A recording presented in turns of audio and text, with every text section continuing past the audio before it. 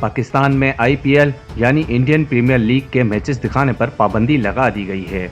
वजीर आज़म इमरान खान की ज़ेर सदारत वफाकी काबीना के इस इजलास में ये फैसला किया गया कि पाकिस्तान में आईपीएल के मैचेस नहीं दिखाए जाएंगे।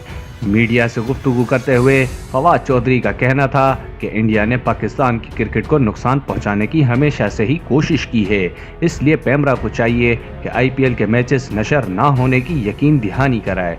पुलवामा हमले के बाद भारतीय कंपनी आईएमजी रिलायंस ने पाकिस्तान सुपर लीग में बतौर ब्रॉडकास्ट काम करने से इनकार कर दिया था, जिसकी वजह से पाकिस्तान क्रिकेट बोर्ड को हंगामी तौर पर नए ब्रॉडकास्टर का इंतजाम करना पड़ा था।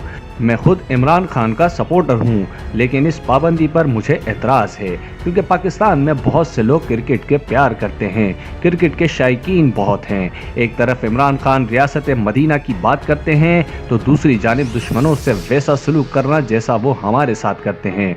माफ़ कीजिएगा, रियासत मदीना नाम लेना आसान है मगर उस पर अमल करना मुश्किल। हमारे आका सल्लल्लाहु अलैहि वसल्लम कभी जुल्म का जवाब जुल्म से नहीं दिया करते थे, कभी किसी को पलटकर जवाब तक नहीं देते थे। अगर दुश्मन उनके साथ बुरा सलूक करते तो वो सामने से प्यार और खुलूस से पेश आते, जिसे देखकर दुश्मनों के दिल खुद पिघल कर मोम हो जाते और वो इस्लाम ले आते। रियासत मदीना सिर्फ माहौल से नहीं दिलों से भी होना पड़ेगा। इंडिया ने अगर पाकिस्तान क्रिकेट का बुरा चाहा तो हमें उन्हें मुस्बित जवाब देना चाहिए, ना कि उनके जैसा सलूक करना चाहिए। वो खुद ही शर्मसार हो जाएंगे कि हमने उनका बुरा चाहा और उन्हें तो कोई फ़र्क ही नहीं पड़ता।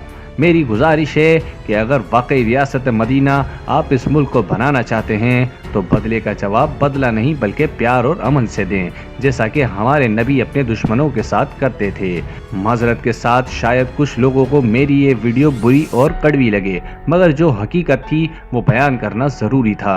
मैं खुद इमरान खान का बहुत बड़ा फ़ैन हूँ, लेकिन जहाँ गलत होगा वहाँ आवाज़ उठानी चाहिए। आप लोगों का आईपीएल के मैचेस बैंड पर क्या कहना है कमेंट सेक्शन में ज़रूर बताइएगा और इस वीडियो को लाइक करना मत भूलें और हमारे चैनल सोशल ट्विटर को सब्सक्राइब ज़रूर कर लें। जज़ाकल्लाह।